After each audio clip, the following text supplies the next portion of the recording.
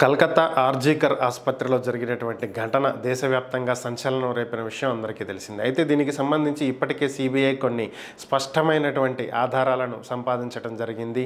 నిందితుడు సంజయ్ రాయేనని, అతనే దీంట్లో అన్నిటికీ కీలక సూత్రధారి, పాత్రధారి అన్నీ కూడా అతనే అని చెప్పి సిబిఐ ఒక కంక్లూజన్కి అయితే వచ్చేసింది. అయితే ఈరోజు సిబిఐ కొన్ని కొత్త విషయాలను తెర మీదకు తీసుకువచ్చింది.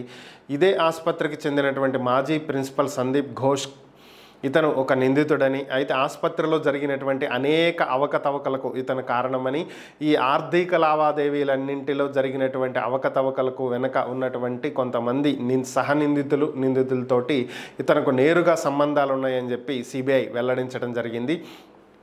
గతంలో ఇతను ముర్షిదాబాద్లో ఉన్నటువంటి ఒక ఆసుపత్రిలో పనిచేసినటువంటి సమయంలోనే వారితోటి సంబంధాలు ఉన్నాయని, అక్కడి నుంచి ఇక్కడకు షిఫ్ట్ అయిన తర్వాత కూడా ఈ ఆసుపత్రిలో జరగాల్సినటువంటి కొనుగోలు చేయాల్సినటువంటి పరికరాలు కావచ్చు, ఏవైనా సరే ఆ కాంట్రాక్ట్లన్నీ వారికే వచ్చేలాగా చేశాడని, అలాగే తన సెక్యూరిటీ సిబ్బందిలో ఒకరైనటువంటి వ్యక్తి భార్య సంస్థకే ఈ ఆసుపత్రిలో క్యాంటీన్ వర్క్ కూడా కేటాయించడం జరిగిందని, ఇలాంటి అనేక రకాలైనటువంటి అవకతవకలకు సందీప్ ఘోష్ పాల్పడటం జరిగిందని, దీనికి సంబంధించి ఇతన్ని కూడా అదుపులోకి తీసుకుంటామని సిబిఐ వెల్లడించింది.